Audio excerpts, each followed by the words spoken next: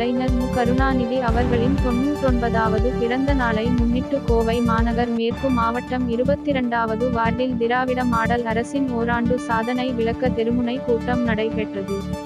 கழக பேச்சாளர் சேலம் சுஜாதா, 6வது வார்டு மாமன்ற உறுப்பினரும் காளப்பட்டி பகுதி கழக செயலாளருமான பொன்னுச்சாமி, 22வது வட்ட செயலாளர் செல்வராஜ் மற்றும் கழக நிர்வாகிகள், உடன் பிறப்புகள் மற்றும் பொது மக்கள் உட்பட பலர் கலந்து கொண்டனர்.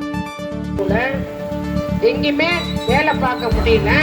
உடனே அன்றைக்கு எதிர்கட்சியாக இருந்தாலும் குரல் கொடுத்தவர் மாண்புமிகு தலைவர் தளபதி மு. க. ஸ்டாலின் அவர்கள் சட்டமன்றத்தில் கேட்கிறார். மாண்புமிகு பேரவைத் தலைவர் அவர்களே, நீங்கள் 1000 ரூபாய் கொடுக்கிறீர்களே, இது பத்துமா மக்களுக்கு?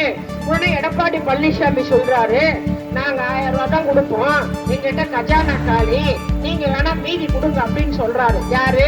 எடப்பாடி பழனிசாமி. உடனே தலைவர் தளபதி மு. க. ஸ்டாலின் அவர்கள் சொன்னார்.